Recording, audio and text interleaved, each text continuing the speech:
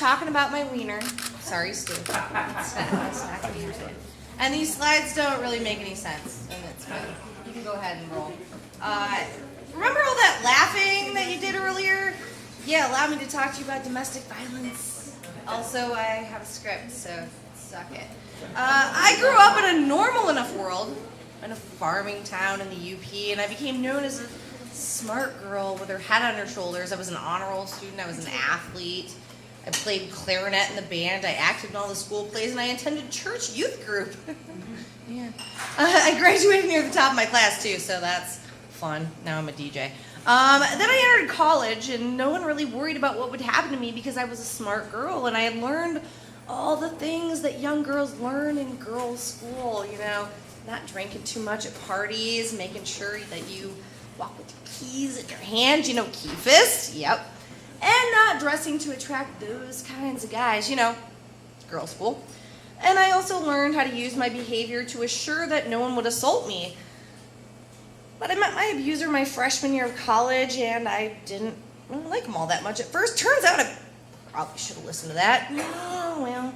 But without me realizing it, he started to systematically take control of every aspect of my life. So in between homework and class and work, I had to find time to cook and clean and spend time with him at his job, and he required it. So on Pearl Harbor Day that year, went to my parents' house for dinner. He secretly asked my dad for permission to marry me, and my dad responded with, "Just make sure she finishes school first." So I got engaged on Pearl Harbor Day in the parking lot of a Walmart. And this was my new normal. So he had wanted to move and convinced me in his usual degrading, verbally abusive manner that it would be good for me to transfer schools, come here to Grand Valley, and get away from my family. So we headed south.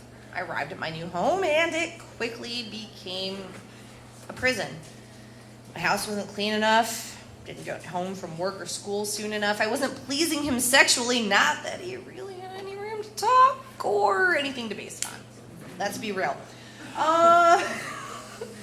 I believed every word that he said, though, when he told me that that I was nothing, and I should have seen it coming. I should have known the warning signs. But ridiculously busy, ridiculously in love, people are also ridiculously stupid. So my first mistake came one night while we were arguing about the type of birth control I was using. He had heard it could cause infertility, blah, blah, blah. I told him I wasn't sure if I wanted kids, and he asked why, and this was my problem. I said, because you're just like your dad, who was also abusive. Not a good choice. He hit me, and I was shocked and dumbfounded and unable to speak or move while my ears rung, and he hit me again. And then came the verbal tirade and the string of insults. Quite frankly, too vulgar to really share here. The fight ended. They always did, and he didn't apologize because it wasn't his fault. It was mine. Kind of always was. But I apologized because I always did, and that was my new normal. But every time was worse than the last. I was slapped, I was kicked, I was choked, I was held down, and at first he was careful not to leave marks, but eventually, didn't care about that either. So I did what I could. I cleaned more, I cooked more, I tried harder in bed. But after 3 years, I was a little bit exhausted, and then I found out that I was pregnant.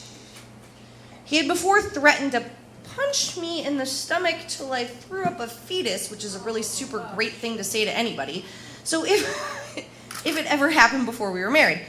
But he basically just kicked me in the stomach until I miscarried, and I had some broken bones as a consolation prize for my unwanted living room abortion. The only positive that happened in my life was that I had managed to finally make some friends, and when he got a job working third shift, it gave me a chance to actually get out and be a normal person. So one night I packed up my belongings, including our bed, and I moved out, which is harder and sadder than you would think. So what was my normal now? Well, for the first few months it was sadness, it was confusion, it was a lot of crying.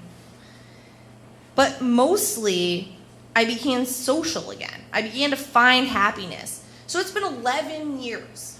11 years. And my normal has changed a lot in that time. It took me 3 years to even tell my parents about it, because why would you tell your parents about that? I never really talked about it with my close friends, and I always disclosed it to new partners because triggers and stuff, but other than that, it was just something that happened, and I didn't want to talk about it. But then something more happened. I started working in radio in 2007, and eventually I made my way up to being an on-air talent. So during my time working at the station, I began to develop a close working relationship with the folks at the YWCA here in West Michigan. I told them my story, I toured their facility, I got involved with them. I learned of their services, and I wished that I had known that those were things that were available to me when I needed them to be. And then in 2011, oh, there's my dog. Something more happened. I suddenly had a boss, he's here, by the way, thank you, Tom, who wanted me to talk about me. He wanted me to talk about my life experiences, and I don't really know when the switch flipped, but I started to talk about it. Talked about it in detail. I actually talked about it to the point where it made people uncomfortable, and I didn't care. Be uncomfortable all you want. I fully discovered my new normal. This was the right normal. But I also found a man, not the same person, but he's also here at the same table. He treats me the way that I should be treated. He treats me with respect. He treats me as an equal. He loves me. He's the love of my life, and he is my very best friend, and he understands my past. He knows it for what it is. He deals with my weird triggers, because those are still things. So in the time since I started speaking out, dozens of women have reached out to me, asking what they can do to help a friend or what they can do themselves. They've disclosed their inner workings of their own relationships and asked me for advice and for resources, and I've given my phone number to complete strangers. Told them not to hesitate to call me. So now, I yell about the YWCA from the top of my lungs. They're an amazing resource for women here in West Michigan, and this is my new normal.